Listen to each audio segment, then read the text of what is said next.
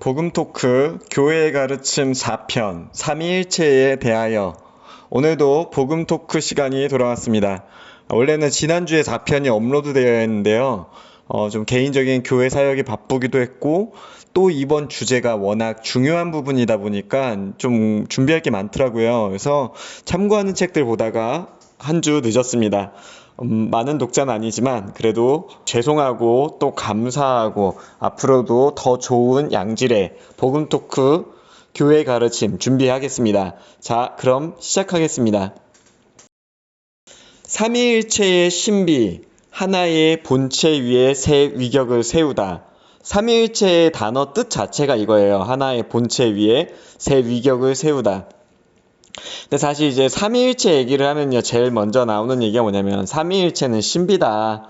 특별히 이성이나 이런 걸로 파악하면 안 된다라고 얘기를 하는데, 이 말을 오해하시면 안 되는 게요. 그렇다고 삼위일체가 신학적 가치 체계가 없다는 얘기는 아니에요. 예.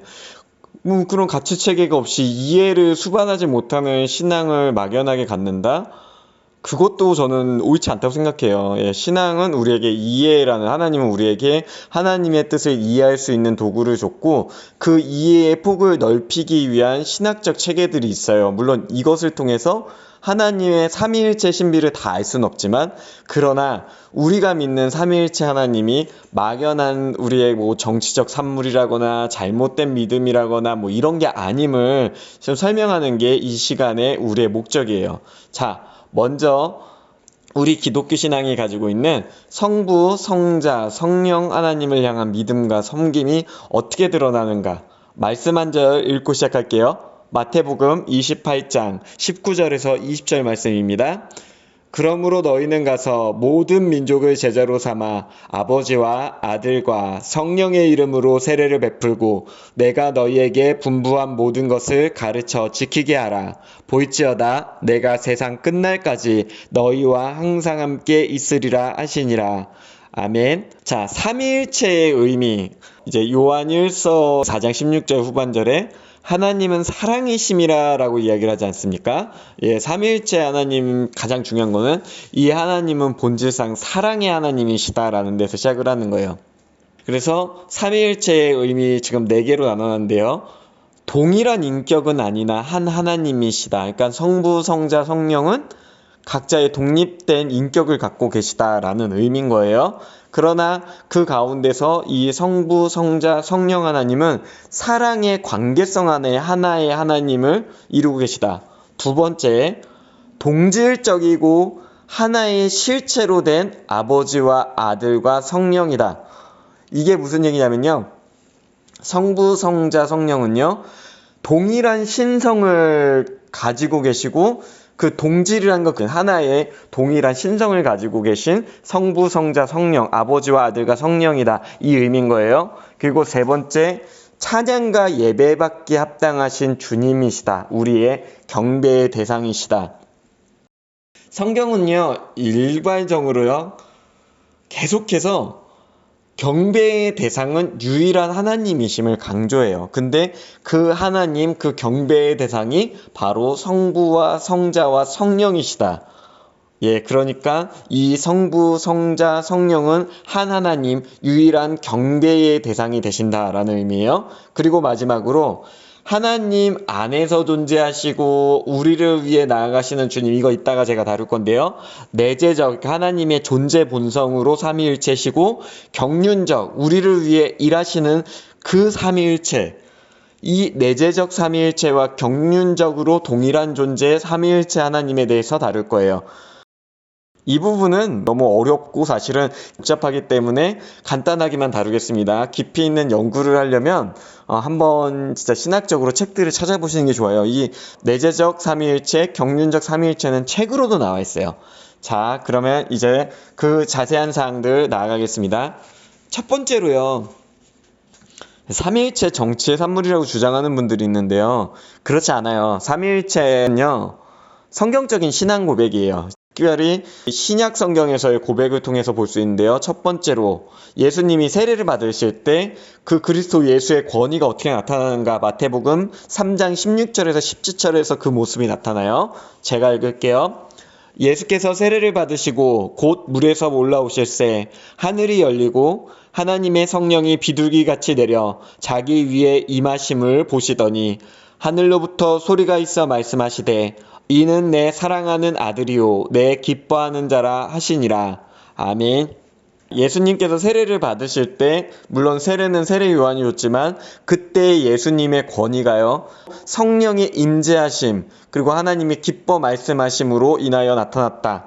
즉 성자와 성부와 성령이 함께 그 구원의 사역의 시작을 알리는 부분인 거예요. 예수님의 권위는 바로 그분이 성부 하나님으로부터 보냄을 받았고 성령이 그 안에 임재하고 계신, 그러면서 그 자신은 죄가 없으신 가장 온전한 인간으로서의 모습을 보이셨기 때문에 성부, 성자, 성령의 권위 안에서 그리스도 예수가 우리의 구세주다라는 것을 마태복음이 고백하고 있는 거예요. 자, 두 번째 마태복음 28장 19절, 아까 시작할 때 읽었던 구절이에요. 제가 또 읽겠습니다. 그러므로 너희는 가서 모든 민족을 제자로 삼아 아버지와 아들과 성령의 이름으로 세례를 베풀고, 자, 세례는요 거듭남, 내가 새로운 사람이 됐음을 의미하는 거예요. 그런데 그 거듭남의 징표를 누구의 이름으로 지금 행하느냐? 아버지와 아들과 성령의 이름으로, 바로 우리를 거듭나고 새로운 피조물로 이룰 때 그 선포의 대상이 바로 아버지와 아들과 성령이라는 거죠. 근데 이게 어느 말씀이에요? 예수님의 지상명령이란 말이에요. 예수님께서 우리를 보내실 때 이 명령을 내리신 거예요. 근데 그때 아버지 하나님의 이름으로 해라. 아니죠. 아버지와 아들과 성령의 이름으로, 바로 예수 그리스도의 그 인식 안에서 아버지와 아들과 성령은 동일한 권위를 지니고 있었다는 거예요. 자, 그러면 예수님만 그 말씀하셨어요? 아니에요, 여러분. 고린도후서 13장 13절에서요. 고린도 교회를 향한 편지를 마무리 지으면서 축복을 이렇게 해요. 주 예수 그리스도의 은혜와 하나님의 사랑과 성령의 교통하심이 너희 무리와 함께 있을지어다. 아멘. 예수 그리스도께서 우리에게 은혜를 주셨고 하나님께서 우리를 사랑하셨으며 성령께서 우리로 하여금 교회로 소통하게 하시는, 이것들이 교회 가운데 있을 때 교회가 참된 축복의 공동체가 된다는 얘기예요. 자, 이게 무슨 얘기예요? 예수님의 제자들은요, 예수님의 인격과 사역 속에서 그의 권위가 삼위일체 안에 있음을 알고 있었다는 거예요. 그리고 초대교회는 이 삼위일체 하나님을 경배받으실 대상, 축복의 근원 되시는 분으로 인지했다라는 거예요. 자, 그럼 이번에 삼위일체의 교회사도 한번 다뤄봐야 돼요. 교회사 속에서 그냥 단순하게 삼위일체가 정치의 산물로 교리화된 뭐 이런 가치체계야? 그렇게 쉽게 생각할 게 아니에요. 일단 교회사 잠깐 얘기를 할게요. 구원의 주체이신 하나님, 이 예수님의 제자들이요, 예수님을 경험했고 예수님을 통해 구원받았음을 깨달았어요. 그런데 이 성경에 구약부터 이어지는 이 신앙 고백을 보면요, 구원의 주체는요 오로지 하나님밖에 될 수 없어요. 피조물을 구원할 수가 없어요. 오직 우리의 구주만이, 하나님만이 구원할 수가 있는데, 그런데 예수 그리스도는 우리의 구세주, 우리의 주님이시란 말이에요. 우리의 죄를 대속하신 이 예수 그리스도는요 하나님이실 수밖에 없는 거예요. 이것을 누가 고백하느냐? 요한복음 20장 28절에서요 부활하신 예수님을 만나고 그의 손의 못자국과 옆구리의 못자국에 손가락을 넣은 도마가 고백하는 거예요. 자, 제가 읽어드릴게요. 도마가 대답하여 이르되 나의 주님이시요 나의 하나님이시니이다. 아멘. 도마가 구원에 이르게 한 이 전능하신 주님은 하나님이실 수밖에 없음을 깨닫고 고백한 거예요. 즉 예수 그리스도는 성자 하나님이시다 임을 선언한 것이죠. 그 이후의 교부들 중에는요, 이 그리스 철학을 통해서 논리적인 가치체계에 훈련이 잘 된 사람들이 많았어요. 근데 그들이 이 삼위일체 신앙의 고백을 단순하게 받아들이는 게 아니라 이해를 추구하는 신학적 체계를 구상하기 시작한 거예요. 그래서 그것으로 말미암아 삼위일체의 신앙이 삼위일체의 사상이 되고 그 삼위일체의 사상이 교리적 체계로 발전해가기 시작한 거예요. 즉 성자 예수님의 이 구원 사역을 보면서 삼위일체의 신앙이 사상이 되고 신학적 체계가 역사적으로 갖춰진 거예요. 특별히 AD 200년경에 이루어가지고요. 테트룰리아누스라는 사람은요, 이 용어를 묶어서 삼위일체다라는 신학적 용어를 만든 거예요. 그러니까 그전에는 삼위일체라는 신학적 용어는 없지만, 그러나 성부, 성자, 성령이 한 분 하나님으로 우리의 신앙의 믿음의 대상이라, 이런 신앙은요, 분명히 존재했던 거예요. 여러분, 이 부분 절대 오해하시면 안 돼요. 그렇다면 이 신앙이 어떻게 교류화가 됐느냐? 가장 대표적인 사건은 여러분 많이 들어봤을 거예요. 예, 이 정치 논쟁할 때 꼭 일컫는 게, 사람들이 꼭 꼬집는 게 아리우스 논쟁이에요. 자, 먼저 이 아리우스라는 사람 먼저 아실 필요가 있어요. 이 아리우스 지금 우측에 사진 나오죠? 이분이요, 굉장히 인기가 많았어요. 예, 먼저 금욕적이었고, 그다음에 금욕적이라는 거는 내 욕심대로 사는 게 아니라 절제하는 생활이 몸에 습관이 되신 분이고, 두 번째로 설교가 굉장히 지적이었어요. 그래서 인기가 굉장히 많았어요. 신학적인 이런 가치책이나 이런 탁월함이 있던 사람이라 여자들은 그의 금욕적인 태도에 반하였고 남자들은 그의 그 논리적인 언변에 호감을 가졌다. 그러니까 이 사람은요 정말 매력적인 사람이었어요. 근데 이 사람이 성경 말씀을 강해하고 설교를 하다 보니까 이런 생각이 든 거죠. 원래 유대교 전통에 보면은 성자, 성령 이런 게 없잖아요. 그냥 유일하신 아버지, 유일하신 하나님, 아버지란 말도 안 했죠. 유일하신 하나님을 믿는다. 이 믿음 안에서 기독교 신앙을 이어가고 싶은 거예요. 그렇게 생각을 해보니까 그리스도는 하나님의 아들이기 때문에 태어난 거잖아요. 아들은 태어났기 때문에 아들이 태어나기 전에는 아버지만 존재했을 것이다. 그러니까 이 태초전의 시간에 아버지만 존재한 시대가 있었을 것이고 성자는 없었을 것이다. 그러다가 이 아버지 하나님이 당신의 아들을 존재케 했는데 이 아들은 모든 피조물 중에서 가장 뛰어난 이름이다 라고 주장을 한 거예요. 근데 이걸 가만히 들어보니까요, 이 사람 알렉산드리아잖아요. 알렉산드리아 감독이 이름이 알렉산드인데 이건 좀 기독교 신앙과 다른데, 우리의 믿음의 대상인 예수 그리스도는 성자 하나님이시지 하나님으로부터 태어나서 이렇게 분리된 존재가 아니야 라고 고민했기 때문에요, 이제 목사님들하고 모인 거예요. 그래서 내가 잘못 이해한 거예요?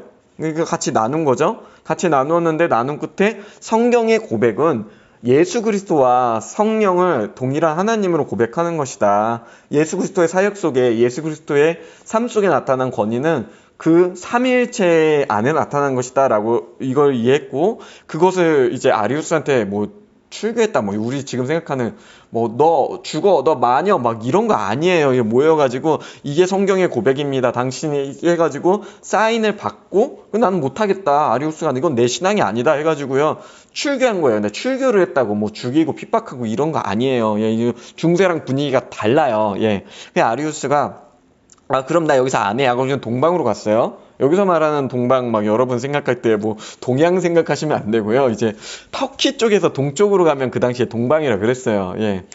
자, 근데 거기서 이제 아리우스가 이제 활동을 하면서 여기서도 각광을 받은 거죠. 굉장히 탁월한 거예요. 그러니까 심지어 그 지역의 감독들도 아리우스의 지지자들이 많이 됐다 그래요.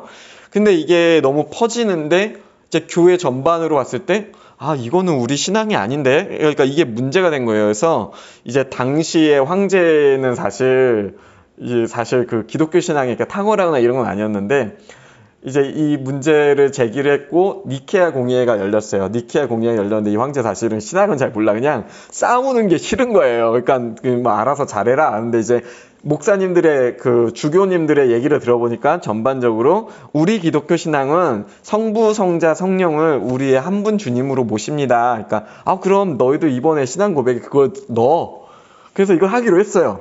아리우스한테 이제 얘기를 한 거예요.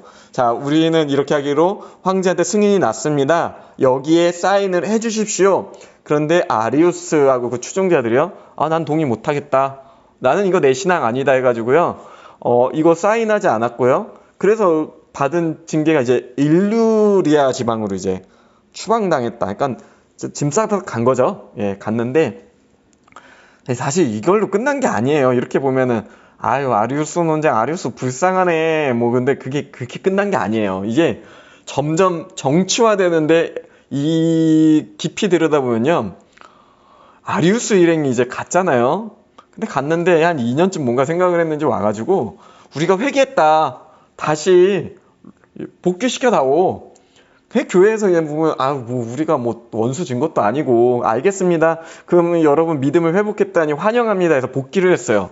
근데 이때 아리우스와 그 지지자들이 뭘 시작했냐면 이제 정치를 시작한 거예요. 정치를 시작했고 그때 이제 아리우스 논쟁 때 이 아리우스의 반대 의견을 그러니까 전통 기독교의 그 신앙을 잘 정리해서 설명한 사람이 있는데 그 사람 이름이 아타나시우스예요.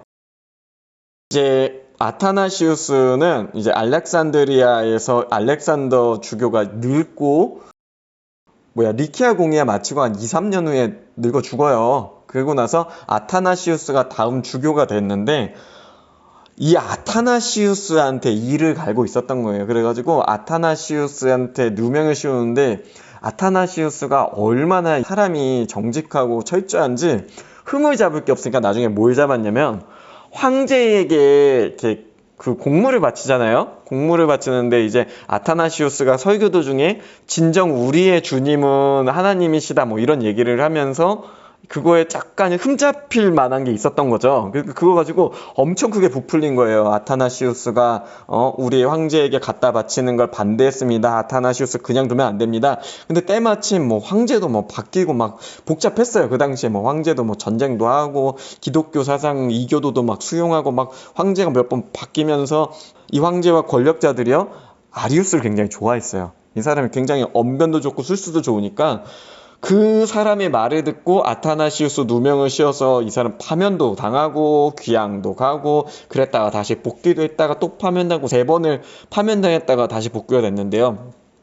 근데 여기서 중요한 건 뭐냐면 알렉산드리아 사람들이 이 아타나시우스의 삶을 보는 거예요. 아타나시우스의 모습을 보면 이 사람 진실돼요. 이 사람 하나님의 말씀 다시 신앙대로 사는 거예요. 그러니까요.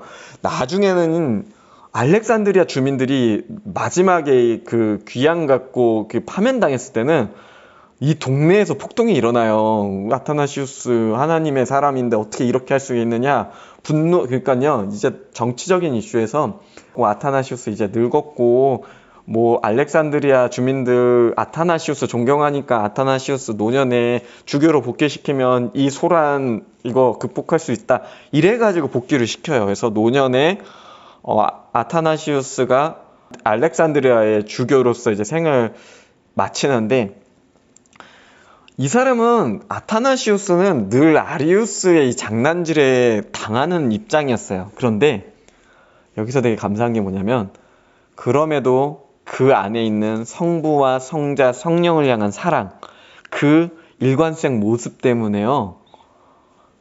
알렉산드리아 주민들이 그를 통해 하나님을 만났다는 거예요. 여러분 말씀과 생활이 일치되는 설교자 얘기하면서 정작 막 교회 사는 옛날에 막 그런 사람 없었던 듯이 말하는 분들 계시면 속상해요. 아니에요. 아타나시우스 그의 삶 가운데 성부 성자 성령을 향한 하나님의 사랑으로 말미암아 그들에게 존경받는 사람이었다라는 거 기억하셨으면 좋겠어요. 자 다음 페이지 교회사에서 너무 길어졌는데 삼위일체 신앙의 교리의 정수는 페리코레시스. 사실은 이게 원래 초대교회부터 있었던 건데 이제 동방에서는 많이 두각이 나타나고 서방교회에서는 사실은 이게 조금 약했다라고 이제 주장들을 해왔는데 저는 그렇게 생각하지 않아요. 예.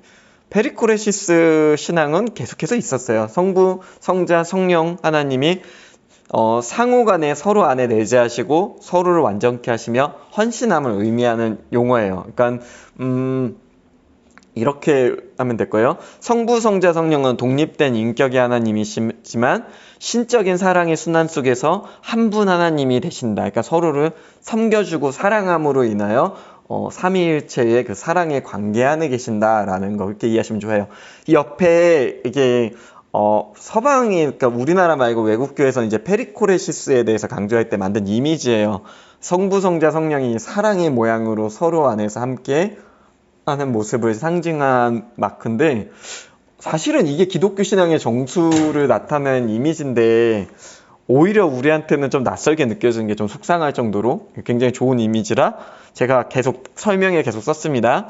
자, 삼위일체 교리의 또 다른 정수, 경륜적 삼위일체와 내재적 삼위일체. 이 경륜적 삼위일체라는 건요, 영어로 보면 이코노미, 그러니까 경영을 하신 거예요. 어떻게 경영하시냐? 우리를 향해서, 이 피조 세계를 향해서 하나님의 사역 속에 나타나는 삼위일체의 모습. 성경에 어떻게 나타나요? 아버지 하나님, 예수 그리스도 성령께서 역사하시는 그 모습을 경륜적 삼위일체라 그래요. 자, 그럼 내재적 삼위일체. 이 천지를 창조하기 전에 이미 하나님은 존재하셨어요. 성부와 성자와 성령이 이 세계의 존재 전부터, 태초 전부터 존재하셨어요. 그 사랑의 관계 속에서 본질적인 하나님에 대해 의미하는 게 내재적 삼위일체예요. 그런데 이 얘기를 왜 하냐고요? 경륜적 삼위일체와 내재적 삼위일체는 동일한 하나님이시다. 이것이 우리의 신앙 고백이 되어야 된다는 거예요. 우리를 향한 하나님의 계획과 사역 속에 나타난 아버지 하나님, 예수 그리스도, 성령 하나님이 바로 태초 전부터 계셨던 성부와 성자와 성령이시며 그 하나님으로 말미암아 우리가 그 사랑의 관계 속에 부름을 받았다. 이게 바로 삼위일체의 교리의 핵심 포인트들인 거예요. 시간이 많이 지나갔는데 이거 좀 짧게 할게요. 예, 반삼위일체죠. 그러니까 한마디로 이단 사상들이에요. 간단하게 언급할 테니까 이거는 자료를 좀 한번 찾아보세요. 자, 이제 한 2세기쯤에 이제 양자설이라는 게 나왔어요. 뭐냐면 예수는 사람인데 이제 세례를 받을 때, 그리고 십자가에 달려 죽었다가 부활할 때 하나님이 양자로 삼아서 신성한 사람이 되었다라는 거예요. 근데 사람인 거예요. 예, 신이 아니에요. 신성한 죽음을 극복한 존재인 사람이다라는 게 양자설이에요. 두 번째, 아리우스주의는 아까 얘기했죠. 하나님의 아들이지만 동일한 본질은 아니고 하나님께 종속된 존재 중에서 가장 위대하다. 그 다음에 나타난 게 양태론이에요.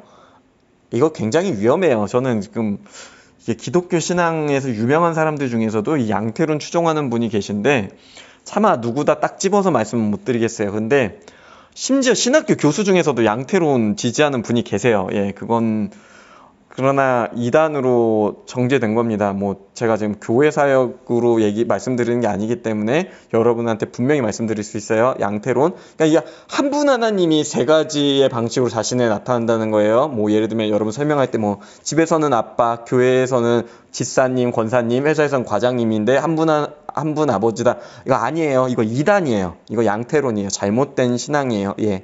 뭐래더라? 뭐 그런 얘기도 해요.